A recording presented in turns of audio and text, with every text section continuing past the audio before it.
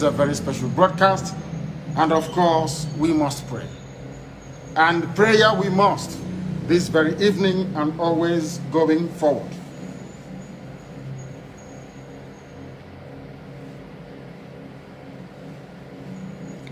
And I will pray in the language of heaven, because Chukwukika Biama is in control of all that we have been doing and will continue to do until Biafra is restored and all the suffering indigenous populations in the damnable zoological republic are set free. Chineke na nke pụrụ ihe niile Chukwukika Biama onye na-efu na aja ha nsọ ya mma mgbe niile.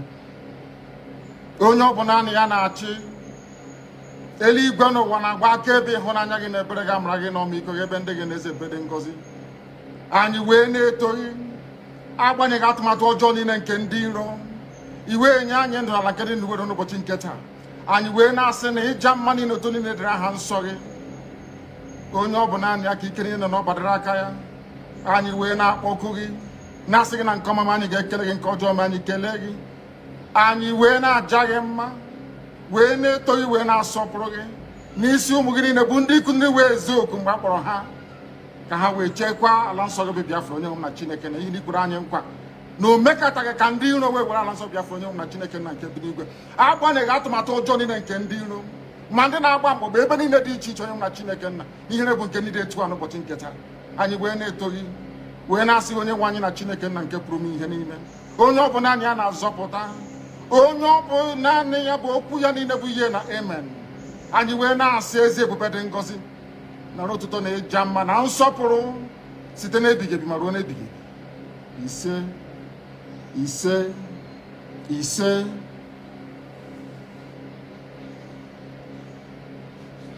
Welcome, my amazing viewers. Thank you so much for joining me on my program once again. I appreciate you wherever you are connecting from.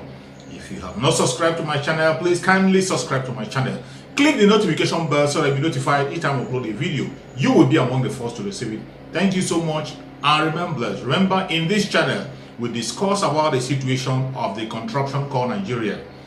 The problem that the indigenous tribe in the contraption called Nigeria is facing.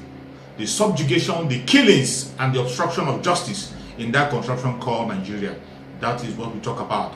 We do not preach against hate. We don't hate anybody. We don't preach hate speech here. We don't talk against anybody. We are only asking for our own life, fighting for our life, asking that you should live and let us live. And for those who have said we will not live, just like the Fulani Janjaweed are saying openly that they will not allow us to live, we will not allow them to live either. That is why we are here, saying it exactly the way it is, and we will continue to do so until Biafra comes. We will still continue to do so. Please, if you have not joined the 150 days prayer that our spirit leader Mazi Nnamdi Kanu have directed us to do, please kindly join. We are in the last phase of the prayer, running fast. The prayer is doing a lot of wonders. It is because of that prayer that most of us are concentrating and we're not distracted. If you don't want to be distracted, get engaged in that prayer. It is through that prayer that you will know the mindset of Chukwukika Biama for the Biafrans. It is through that prayer that you would know the mindset of our spirit leader Mazi Nnamdi Kanu, what he wants us to do. It is through that prayer that you can be able to communicate with Chukwukika Biama and even hear inner scriptures of our spirit leader Mazi Nnamdi Kanu, what he wants us to do. Every plan that our spirit leader Mazi Nnamdi Kanu have put in place, you will be hearing from him while you are asleep, while you are walking in the street. At every given time, you will not be distracted if you are a prayerful type. The Supreme Leader Mazi Nnamdi Kanu is not just an ordinary leader. He is also our spiritual leader because he prays always. He prays for you and I 7 good times every day. Why won't you pray with him just once? He prepared himself for what is happening. He wasn't taken unaware. That is why I tell you, he is coming out in full force, stronger than ever. The only thing you have to do is continue to pray. While you are praying, not just praying, you pray and walk. Keep your ears open. Know the right message when they come. Know the right message when they come. There are a lot of false information coming out there. And when you look at the way the struggle is going, let me tell you clearly, the only reason why 99.9% people are talking about Biafra today is because of Asorock Mazi Nnamdi Kanu. Mazi Nnamdi Kanu is as white as snow. He has laid a foundation. And it is because of his sincerity, that is why most of us are fighting for Biafra by all means possible. He has laid a good foundation and shown a good example. It doesn't matter whom you think you are. It doesn't matter how close you are to him. If you do not lay the same example that Asorock Mazi Nnamdi Kanu have led, if you are not following the footsteps of Mazi Nnamdi Kanu, if we are not seeing the traces of character of Mazi Nnamdi Kanu in you as being pure, we cannot listen to you. Don't listen to such messages. Before you listen to anybody, try to digest them and see what they have to offer. I trust Biafrans. Biafrans are not coward and they're not stupid. Before Biafrans can give you their vote and trust you, you must have proved yourself clean and clear. Mazi Nnamdi Kanu have done so. And anybody who feels that he can be able to step in must prove him or herself very, very clean. Very clean. We know message that comes from Mazi Nnamdi Kanu when it comes, and those that doesn't come from him. We know what Mazi Nnamdi can do and what Mazi Nnamdi cannot do. It doesn't matter what anybody is saying there. It doesn't matter what anybody is claiming. It doesn't matter it doesn't matter the position you think you occupy. We know whom we are following.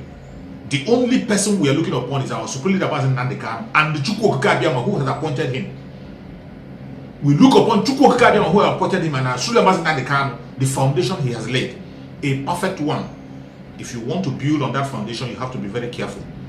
Anytime you contaminate the foundation that Asorock Mazi Kanu have laid down, we point you out and we'll stay away from you. Biafrans have to wake up, keep their ears open. A lot of things are going on. A lot of things are going on. Mazi Nnamdi Kanu is a man that is consistent. From the very first time he started the fight of Biafra up to date, he has been very, very consistent. If you see somebody who is not consistent in his or her word and telling you that he or she is fighting for Biafra, that is a lie. Do not listen to such people. It doesn't matter the position they occupy. It doesn't matter how long they have been with Asorock Mazi Nnamdi Kanu. We do not judge you by how long you stay with Asorock Mazi Nnamdi Kanu or how close you are to him or how you speak to him or how often he has talked to you. We judge by what you do. After all, in the past, we have seen so many people who were very close, who were even the foundational member of IPOB, betray our Asorock Mazi Nnamdi Kanu. So don't threaten us with you, how long you stay in IPOB, or how old you are, how close you are, or even being his family relation. We don't care. If you want us to trust you and believe you, you must have to follow the footsteps of Asorock Mazi Nnamdi Kanu. Do as he has done. Be as clean and as white as snow. Listen to people's opinion. That is the only reason why you can win the soul of Biafra. Apart from that, you are on your own.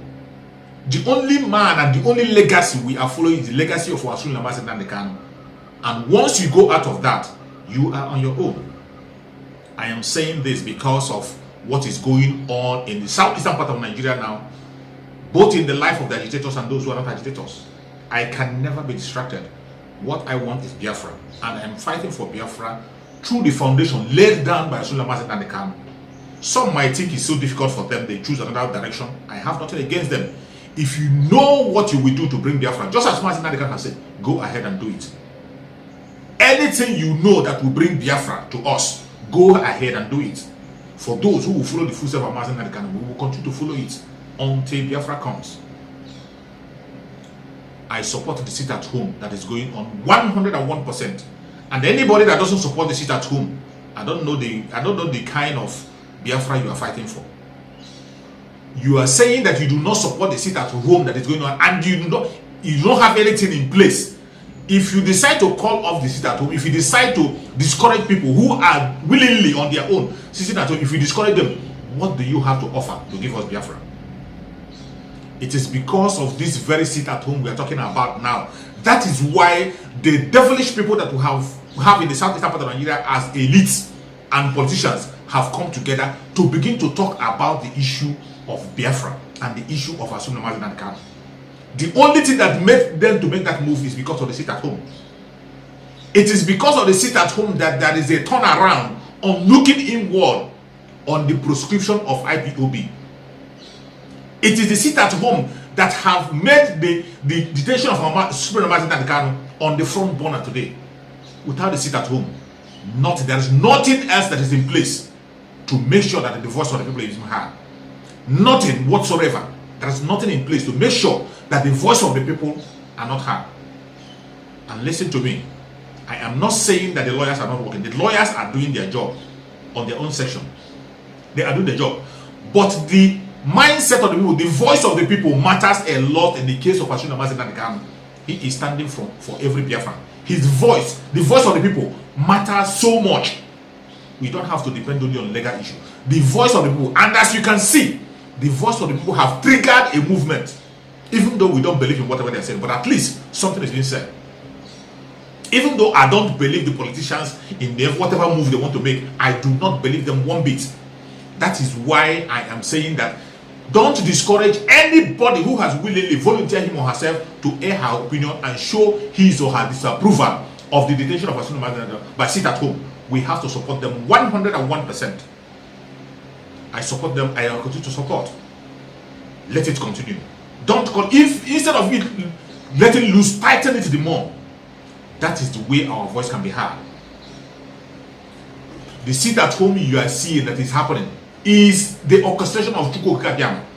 And let me tell you, one of the reasons why I trust Asorock Mazi Nnamdi Kanu so much is that whatever thing he put in place, he don't just wake up and put it. These are instructions that he got in the furnace of prayer.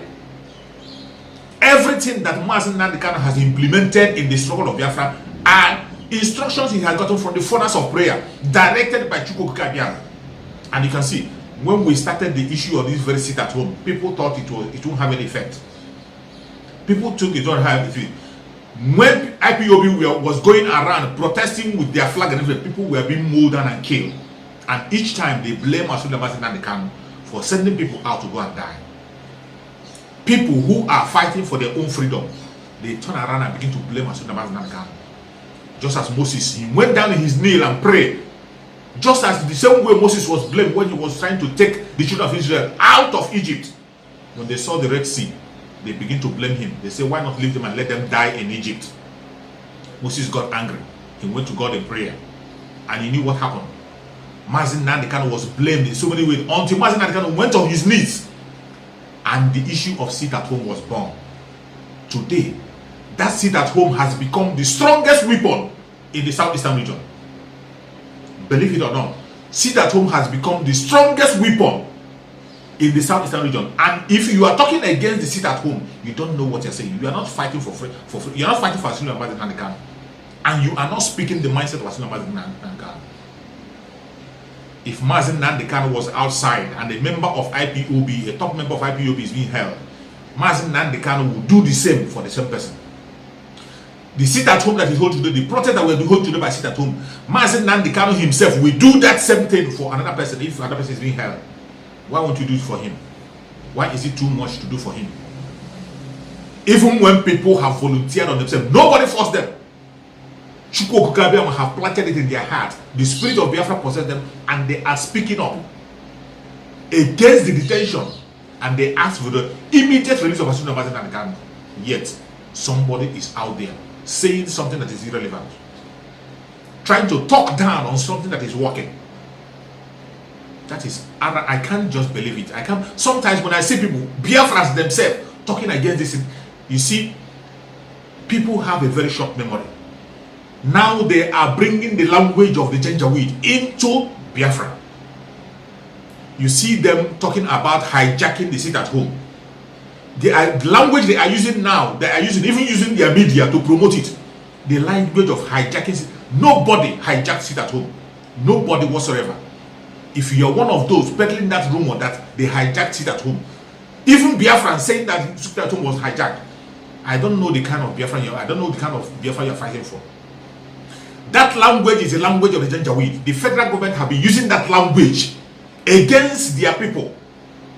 They have been using that language, hijack. There has never been, nobody hijacked any sit at home. If there are anything that has to do with hijack, it is the federal government themselves. They are the people who hijack every activity that means well for the people. You people have short memory. Do you remember what happened during the NSAS? NSAS, they use their media to change the narrative. All that we are talking in the media is hijack, hijack, hijack. At the end of the day, they begin to say it was the hoodlums that are organizing NSAS. Who were those that hijacked the NSAS?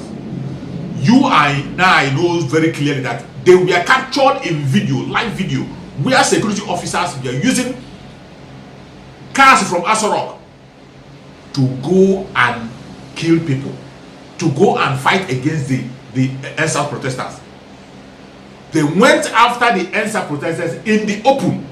In the open. It wasn't hidden. The videos are everywhere. And after they have done this, all this evil, they came back to begin to talk to us about hijacking. The thing that we are preaching about is hijack, hijack, hijack. They have been doing this every now and again. Whenever you make any move that has effect on the government, they will come with the language of hijack, that the hoodlums have hijacked. The only hoodlum we have in the contraption called Nigeria is the federal government of Nigeria. The only hoodlums we have in the contraption called Nigeria is the federal government of Nigeria, and they are the ones who are hijacking every activity. So, if you are looking for a hijacker, let them go ahead and look for them. Nobody has hijacked the sit at home. Sit at home is on autopilot by Chukwu Okikabia. Chukwu Okikabia have placed it in the mind of every Biafran to fight for their freedom. And every Biafran is standing up for him or herself to fight for the freedom. Nobody have hijacked anything. Everything that is happening is according to the will of Chukwu Okikabia. Nobody hijacked anything. If there are any infiltration or any hijack, it is the federal government themselves, and they should go and sort themselves out. Let Biafran stop buying into the idea of nobody hijacked anything. That is the language of politicians. They have come with this language during the NSAS. They came with this language during other protests. They came with this language against Shore. They have come with it every minute of the day. When you talk about revolution, they bring the issue of hijack. This is a language of the government, language of the Janjaweed that they are using to oppress the people and make sure that the people do not have a voice. And now, Biafrans want to lose guard, to listen to this very language. Nobody has hijacked anything. The sit at home is the will of Biafrans on their own. They have imposed the penalty on themselves to make sure they get their freedom. And it worths it. It worths it. You see people talking about the economy, telling us they get 30 billion in a month, 30 billion in a month. You have all those amount of money you are getting in a month, and yet in the southeastern region there is nothing to write home about. The money you get in a month is enough for you to be able to build road that makes southeastern part of Nigeria become a small London, yet nothing is being done. And now you are coming to tell us about the economy. It is better the economy die, we start afresh, than we begin to talk about the economy that never exists. I support the sit at home, and it must continue as long as people are doing it on their own willingly. Nobody is forcing them. Anybody that talks against them or to go and discourage them is an enemy of Biafra. And you that is preaching against hijack, nobody hijack anything. Stop preaching. That is the message of the Janjaweed, the DSS message that they are using their devilish and corrupt media to push. A corrupt media that they use to push against people who were even protested for their so-called one Nigeria with their flag. They kill them. Instead of bringing people to book, up to today, they are talking about hoodlums and hijack. Nobody hijacked anything in Biafra. We are airing our opinion and saying it exactly the way it is. And we will continue to make our demand. And we will surely get what we want. Mazi Nnamdi Kanu must be released with immediate effect. Unconditionally, he must be released. Without that, nothing will function. More are coming. Expect more. It is not the orchestration of anybody. Chukwu Okikabia have taken charge of the struggle of Biafra, and everything will come to pass. Everything will come. When you hear a word from Chukwu Okikabia, you will know. When Simon Ekpa talked about, our brother Simon Ekpa talked about autopilot, people begin to misinterpret it, talk about disobedience, talk about all irrelevant things. Chukwu Okikabia is in charge of our problem, and he is taking care of our problem. It is not in the hand of any man. It is no longer in the hand of any man. You can be whoever you want to be. Our Supreme Leader Mazi Nnamdi Kanu, who is the prayerful man, have triggered the spirit of Biafra upon everybody. He is speaking to us individually, telling us what to do, and we will do it. I support the sit at home, and it must continue until there is a turnaround in the southeastern part of Nigeria. Without that, nothing works. Nothing works. And again, people who are talking about election, you are a dreamer. If you are talking about election in Biafra land, you are a dreamer. There will be no election. It doesn't matter the propaganda you bring. It cannot be business as usual. There will be no election. Starting from Anambra State election, if you come out from Anambra Station, you are on your own. Just as usual, as those who preach the hijacking. The federal government will kill you, that is for sure. any attempt you make to come out for an election to come and vote, the federal government of Nigeria will kill you in order to frame IPOB up. That has been their method, and they will apply it again. You know, they are shameless and wicked people who don't care about what others say. They will apply that method again. You come out for election, they will definitely kill you. Either you are coming as an electoral official, or you are coming as a voter, or you are coming as a contestant, whatever you are, even the driver that is taking item that has to do with the election in southeastern part of Nigeria, you are a dead man walking. You have signed your death warrant. Prepare yourself, prepare your burial. Go and reserve money for your burial before you go for that. There will be no election. It doesn't matter how they paint it. The propaganda is dead on arrival. There will not be an election. If you want to address the issue of southeastern part of Nigeria, the first is release Fulani MAZI NNAMDI KANU unconditionally. It is not by issuing a statement. It's not by organizing committee or whatever. All those things are political talk. We know you and we know what you can do. We don't believe in anything you're saying. That is why the seat at home, I support it to 100%, and it will continue until Fulani MAZI NNAMDI KANU is released. We head to referendum. Anything apart from that is a waste of time and waste of energy, and we can never relent in our effort. We can't relent. It doesn't matter what they say. Let me tell you, they know what to do. The South, those people who call themselves Southeastern elites, they know what to do. If they know how to do it, they should go ahead and do it. And if they continue to pretend, we will continue to work on our work. They can never hold us with their propaganda anymore. They can't hold us with their propaganda. We know what is going on. Every Biafran know what is going on. And I thank God for Chukwuka, who has woken every Biafran up to fight for what is right. And we are ready to fight. It doesn't matter what you say. It doesn't matter the language you use. It doesn't matter how you try to frame. We will continue. We must continue. And now, I want you to hear the interview that was granted, that our own person, Eni Nia Baribe, granted to Arise Television. You hear his opinion, what he has to say, the defense he has for us, just as usual. Wonderful. He says it the way it is. Let us listen to Eni Nia Baribe, the senator. Is Senator Enaya Abaribe, Senate Minority Leader and former Deputy Governor of Abia State. Good morning, Senator, and welcome to the program. Good morning. Always a delight to be here. Well, Senator Abaribe, I think Tundu already identified the major issues. Please, could you share with us the purpose of the Southeast Caucus meeting, the outcome, the major decisions reached, and next steps by that Southeast Caucus, particularly with regard to IPOB and the continued detention of Mazi Nnamdi Kanu?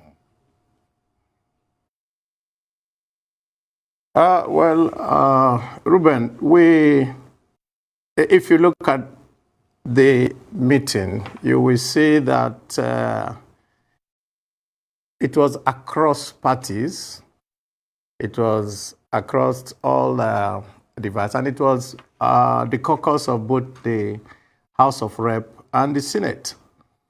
And the idea for us was that we had looked at what was happening. It's our constituents that are bearing the brunt of all that has been going on there. And it was necessary for us to take a stand. And that was what we did. And you could see the communique that we issued after the meeting. Basically, that IPOB itself had said that they had called off the sit at home. And nobody knows who exactly is going around saying that they were enforcing a non-existent order.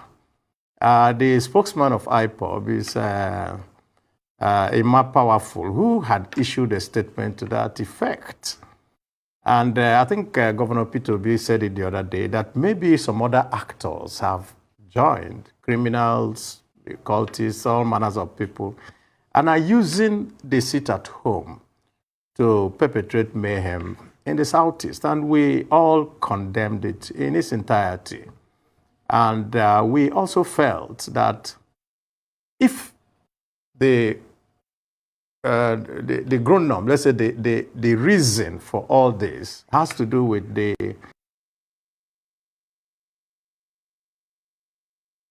incarceration of Nnamdi Kanu, just like we had done earlier, that we should try to engage the authorities and make sure that we can find a solution that will be palatable to all sides. And that's exactly the kernel of what we discussed. Right. I want to talk about that possibility that you feel exists of a political solution to the current incarceration of Nnamdi Kanu. What exactly is the likelihood of this political solution? What angle are you approaching negotiations with the Federal Republic, if at all you're considering that? Can you take us through what you're thinking in terms of plans for that?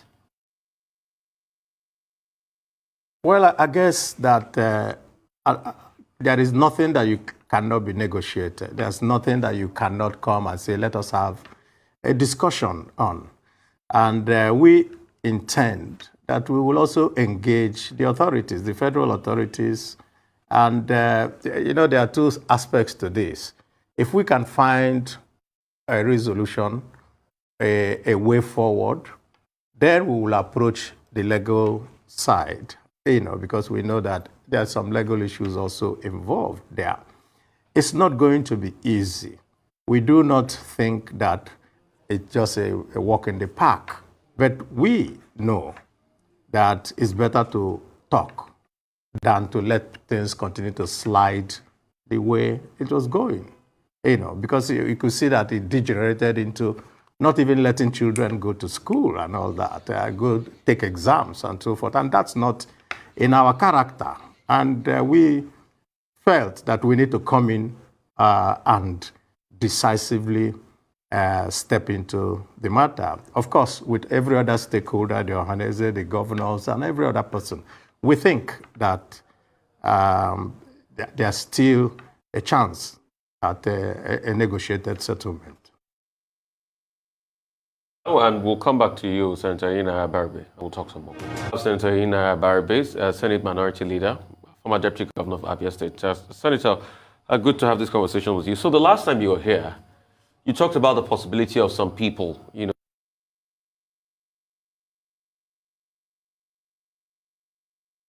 causing all this mayhem, and you kept on saying it's not IPOB. With this, now that you've said, can we hold you by that by saying maybe some other actors are causing all of this, and probably who are those actors? And secondly, I'd like to talk to you about all of this sort of rapprochement.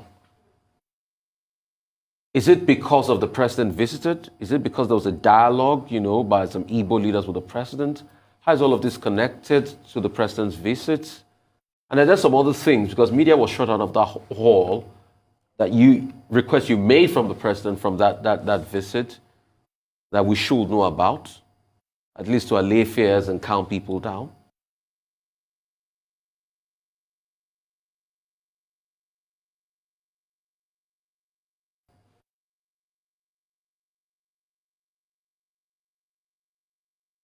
Well, if I take what you said earlier,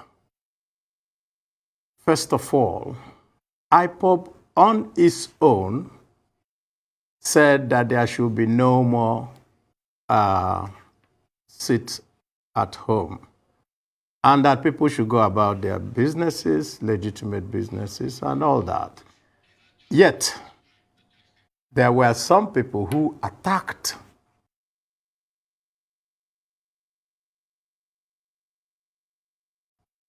people who were going about their business, saying that, there should be a lockdown, meaning that nobody now knows who was enforcing what. And that's why we felt that those who are enforcing it could not have been the people who also said, let there be no sit down. That is why we are saying that it must have been elements that we do not know. And we actually also suggested that both the governors and the security agencies work hand in hand and fish out those who are doing this, because this is detrimental to our welfare and the economy of the Southeast. On the matter of what was discussed with the president, I wasn't there, But I know that the speech that was read by the president of Ohanese was released to the press. And in all, what everybody wants is to have peace in your place, because without peace, you can't have any development, you can't have any movement, you can't have anything. And I think that each and every one of us pulling from different strands will probably bring to, to our people the required, resolutions of that they want. Secondly, we also feel that there is an attempt to introduce into the Southeast something that is alien to us, which is incessant killings and assassinations and so forth. It doesn't have, it's not us. Our ethos as is we don't forsake your brother. So that brothers are killing brothers and that all these type of things are happening, we think is alien to our character. And that's why we feel that the sooner every other person comes in and we find out who and take out those who are doing this, the better for every one of us in the Southeast. That's exactly the situation now. Well, Senator, two quick things. The Southern Governors Forum, 17 governors, some of them represented by their deputies, met yesterday in Enugu, and they came up with a number of resolutions with regard to fiscal federalism, Petroleum Industry Act, the commercialization of the NNPC, open grazing, and also particularly VAT, which they say should be collected by states. What do you think about this Southern Governors Forum, who again, like the Southeast Caucus that you referred to, met along bipartisan lines? And then secondly, yesterday, one of the strong members of your party, Femi Fani-Kayode, was seen in Aso Villa paying homage to the president and being announced as the newest member of the All Progressives Congress, a party he once described as the Almajiri People's Congress. So he's there now, and he's one of a series of persons who have gone to the APC. He even said some other governors, Bauchi governor or your governor, and some other governors will follow suit. It looks like the PDP is just losing all its prominent persons. How does that position your party for 2023 and the capacity of the party to move from being a minority party into a dominant majority party in 2023? I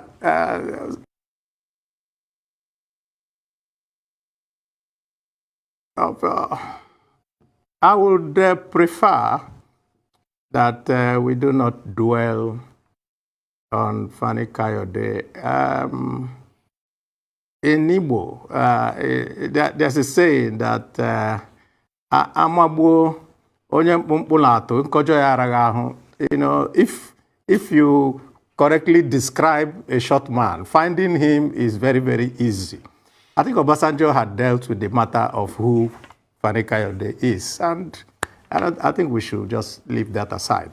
Coming to the fact, how did President Obasanjo describe him? How did President Obasanjo describe him?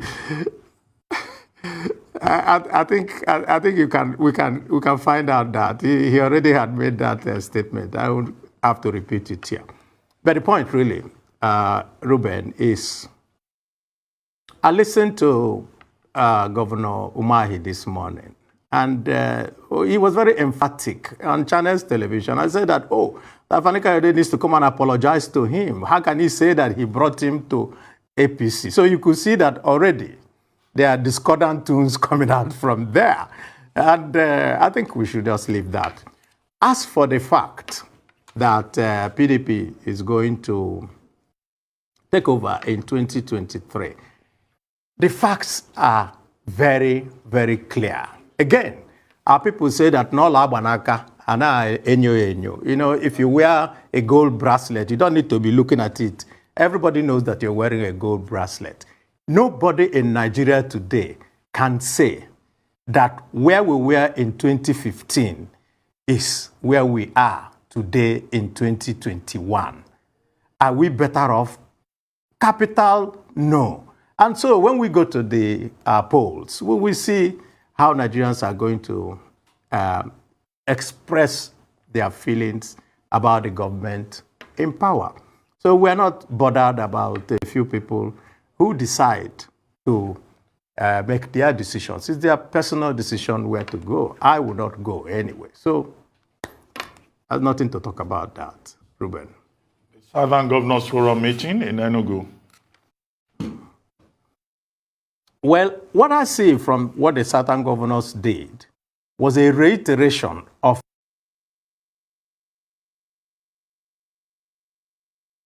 their meeting both in Delta and in Lagos. And all that they have just done is that they continue to reiterate it. Presidency must come to the South, fiscal federalism to be enforced, and VAT collection. Of course, they are very right on VAT. VAT is not there in the exclusive list. VAT is not there on the concurrent list. And therefore, VAT is residual. Residual means that the states can make laws for it. And I don't see how we can. In fact, if they want my advice, what I would say to the federal government is rather than using FIRS to be dragging unnecessarily, they should call all the attorneys general of the states, sit down and hash out a resolution of this matter. And that should now take care of that. You know, we can't be a federation and then some people are breaching the law. The law is clear. VAT is not in the exclusive, no concurrent list. So the federal government has absolutely no say in that matter. I can understand the history. And I watched Ijewere yesterday when he said, this is how we came to this point, and this is what happened. And we can take in all those historical facts into consideration and our present realities, sit with everybody and hash out a solution, which is what federalism is all about. While still on the issue of the Southern Governors Forum, they also reiterated the importance of regional security. So my question is, what has happened to Ebube Agu in that clash with the ESN? And that also raises the issue you referred to earlier about the political solution, possible political solution for the current incarceration of Nnamdi Kanu, as opposed to a legal solution, because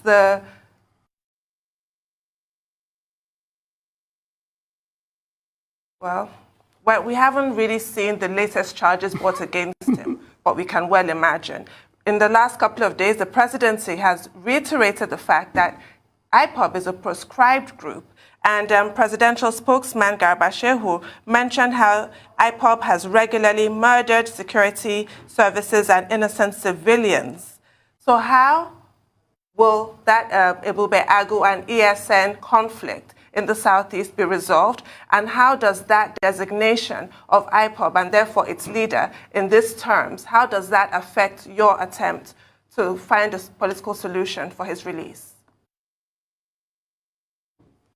Well, I wouldn't be in the best position to talk about Ebube Agu because that is exactly the job of the chief security officers of the Southeast.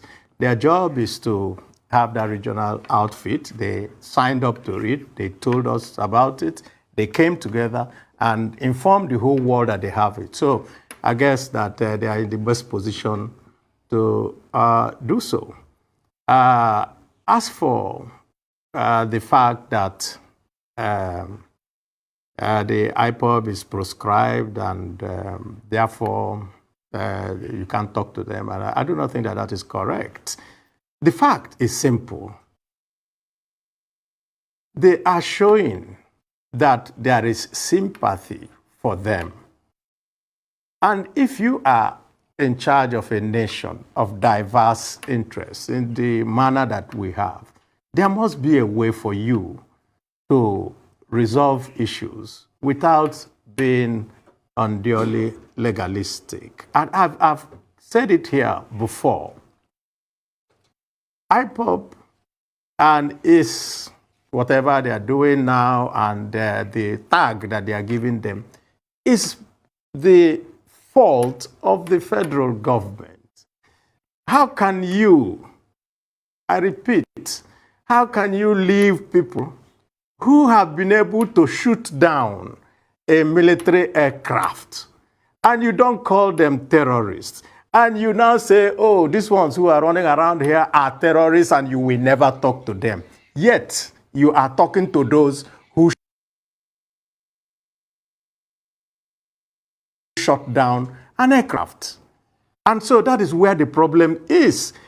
If the government is interested in having peace in our land, which is the first order of business of a government, which is the welfare and security of our people, then the Constitution, you have to explore all options. You don't write off one option and say, we won't do it. You write it off, the matter continues the way it is. Who loses? At the end of the day, the presidency of President Buhari will go into history. Whatever is false, is this thing, there will always be a reckoning in history. And if you want to be seen as the man who led Nigeria into its disintegration, then that is his decision to take. And so we have said, we are ready. We are part of the Southeast. We know some of the people who we can all bring together, governors, Ohanese, clergymen, everybody, and say, let's talk. And we have always said that. When I came here last time, I also said the same thing. I said, let's talk. Why wouldn't we talk? And so, for us from the Southeast, something is very, very difficult for us to comprehend. You're very willing to go and talk to foreign Fulanis who are invading Nigeria and causing mayhem here. You're very willing to talk to the people you call bandits. Of course, I've always told you here that I don't believe that they are bandits. They are terrorists. It's just that we're giving them a beautiful name. You're willing to pay ransom. You're willing to do all manners of negotiation with them. And we saw it. Why is it that when it comes to the Southeast, you're very unwilling? You want to bomb them. You want to do that. And I'll say one final thing. When you live in a country and your military is conducting sorties, air sorties, within your territory, I don't know what else you can call it. And so I don't like us coming and just pretending that there is no problem. We are in serious problem, and we need to deal with that. All right, we'll take a short break. We'll come back to you, Senator Mubarak. Welcome back to the morning show right here on the Rise News channel. We still have Senator Ina Barbe, Senate Minority Leader, former Governor of Abia State, and we're talking about a lot of issues as regards the southeast of Nigeria. So I want to talk about Igbo presidency. Since the last time, I think we talked about possibilities of people that might be running. You've not been able to say anything as regards your intention for that. But it looks as though there's been a lull as regards that conversation. I mean, it's not the buzzword in media any longer. We don't hear it. Nobody talks about it. When we talk about the East now, we talk about the conflicts and things happening in the East, the insecurity. So is it that it's rested for now?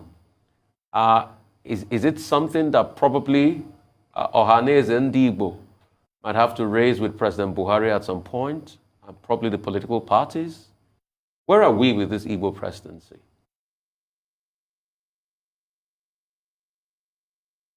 Well, Rufai, first of all, running for any office, you have to do it within the milieu of a political party, especially as the fact that we do not have independent candidates. 2, let me borrow the words of my good friend Peter Obi, who said that Nigeria is an engine of a vehicle that has knocked.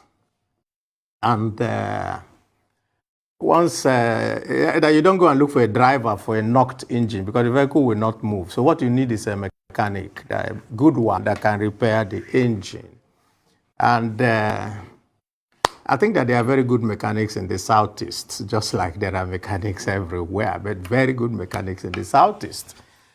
What has led to what you think is a lull is that both parties are going through a period of getting the party leadership set. And it is only after that that you will now see people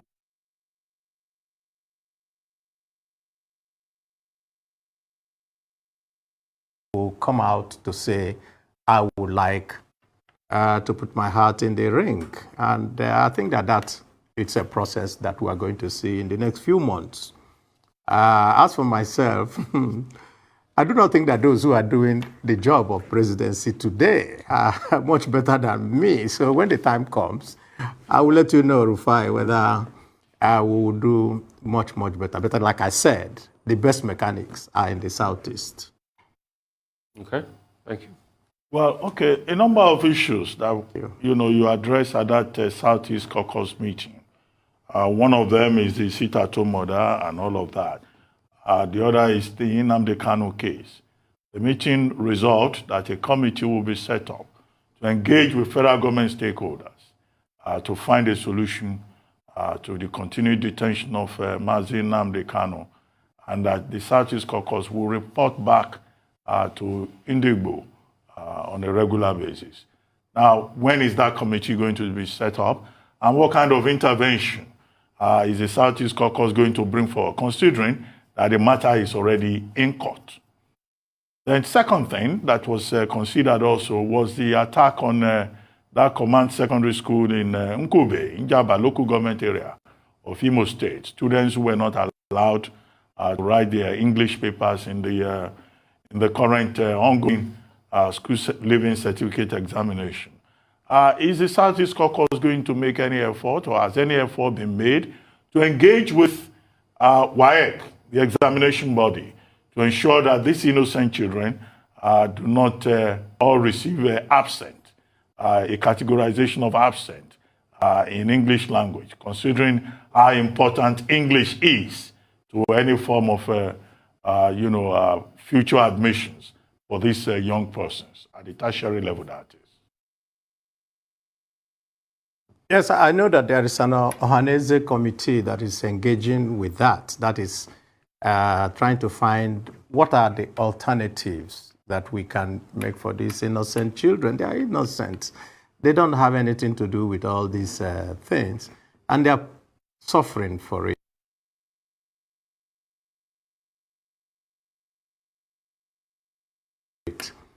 As for the fact of what happened in Njaba local government, the real worry for everyone was that this sit-at-home had been called off. So we do not know who decided that day to go and visit this type of injustice on the poor children who are looking to their future. And I think that's why a lot of people felt that these were not people who cared for their people. These are hoodlums and all manners of other people who are cashing in on this to do the whatever they have in mind to do.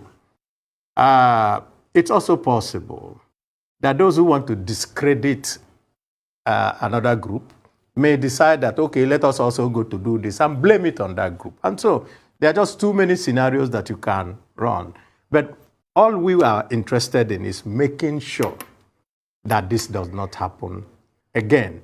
So we are interfacing with Ohanaeze, we're interfacing with the clergy to be sure that we find out. We're also interfacing with the governors because they also have superior information than us about what is going on and how we can tackle it. And I think that at the end of our deliberations, we will do so. We're having another meeting when we come in next week. And I think that by the time we have that meeting, that particular committee will have been set up. We're not going to announce the committee because it's unnecessary. What we're going to do is just to meet with the authorities because this is a back channel movements we are going to do. And when we do that, and if the outcomes, we have to regularly tell our people this is where we are at the moment and this is where we're going. As for the fact of having some legal impediments, we know that you can talk even while you're in court. People, I think lawyers do it every time. You can decide, okay, let us go out of court and settle. So the fact that something is in court does not mean that you cannot discuss it or that you're precluded from having, reaching some kind of agreement on it. We are all Nigerians. We are all citizens of this country. And we all have the same protection under the law. And that's what we want to make sure that everyone gets. There's been some criticism from perhaps unlikely quarters in the person of Senator Ali Ndume about the high rate of borrowing in this country and the unseemly haste in making these approvals without the proper scrutiny. He also said that some of the approvals that have been made, the money is nowhere to be found. In your capacity as a Senate Minority Leader, what's your take on this issue? I think that yesterday, the case was succinctly made by the head of the presidency's own economic team. If you are using 97.7% of your revenue to service debts, there's no sense in going ahead to borrow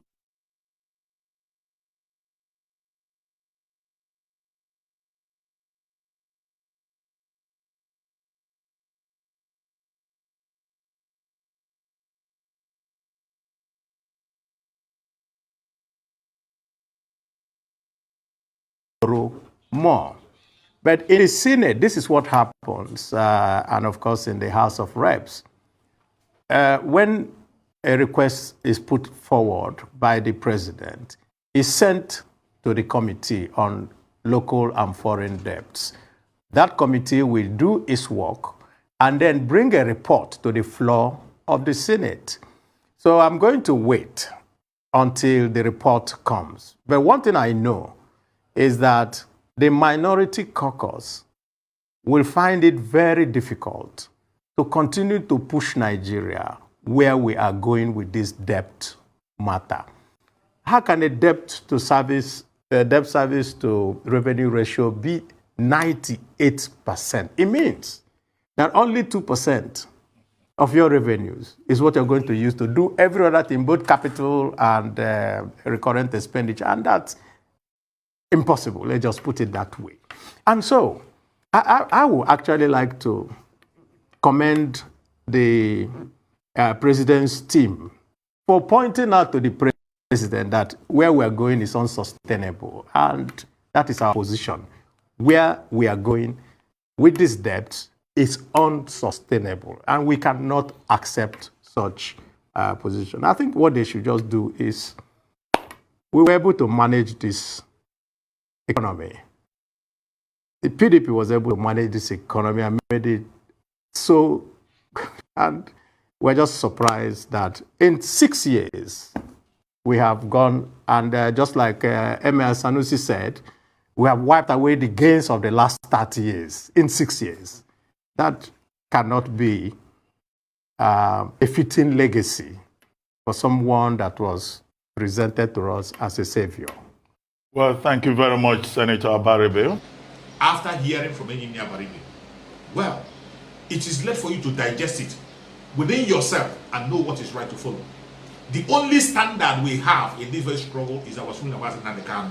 If you are falling short of that standard, we are not with you, and I'm not with you. And this, my platform, is for Biafra. I speak about the indigenous people of Biafra. And every indigenous tribe in the country of God Nigeria is not oppressed. The Oduduwans, the Middle Beltans, any tribe at all. I use this platform to talk about their plight. I do not talk about individual. No matter whom you are, I don't talk about individual. The only person that matters that I can talk about him in this very platform is our Fulani Mazi Nnamdi Kanu, who has laid a standard. A very strong standard that if you want to be like him, you must have to follow that very standard. If you fall short of it, you are on your own. May Chukwu Okike Abiama continue to guide and protect our Fulani Mazi Nnamdi Kanu. May Chukwu Okike Abiama continue to strengthen our Fulani Mazi Nnamdi Kanu. May Chukwu Okike Abiama continue to give our Mazi Nnamdi Kanu revelations, so that very soon he will lead us into Biafra, lifting the flag of Biafra high. Nothing born of a woman will stop us in Mazi Nnamdi Kanu for coming out. Very soon, Mazi Nnamdi Kanu will be coming out in full force, stronger than ever. No man can stop him. Thank you so much for watching wherever you are watching from, and remember blessed. Bye-bye. See you again on the next video.